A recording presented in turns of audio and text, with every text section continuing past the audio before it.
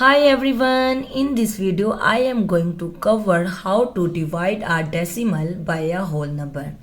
There are 5 steps to follow when we are dividing a decimal by a whole number. First step is set up the division. It means write the decimal as the dividend, the number being dividend, and the whole number as the divisor, the number you are dividing by. Next step is ignore the decimal. Temporarily ignore the decimal point in the dividend to make the division easier. Third step is divide. Divide normally. Perform the division as you would with whole numbers.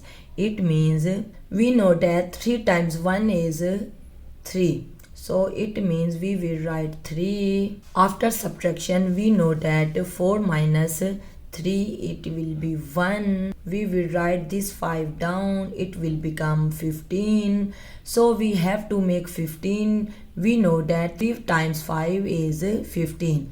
So we will write 5. So it will become 15. After subtraction, 15 minus 15, remainder will be 0. So answer is 15. Next step is place the decimal. After completing the division, place the decimal point in the quotient, the result directly above where the decimal point was in the original decimal. So answer is 1.5. Fifth step is complete calculation. If there are any remaining digits after the decimal, you can either round off or continue the division to get more precision. So next example is 4.85 divided by 5.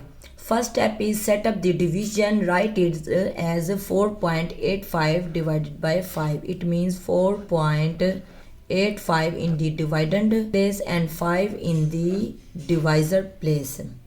Ignore the decimal. Think of it as 485. Next step is divide. Divide normally. 5 goes into 48. 9 times 5 is 45.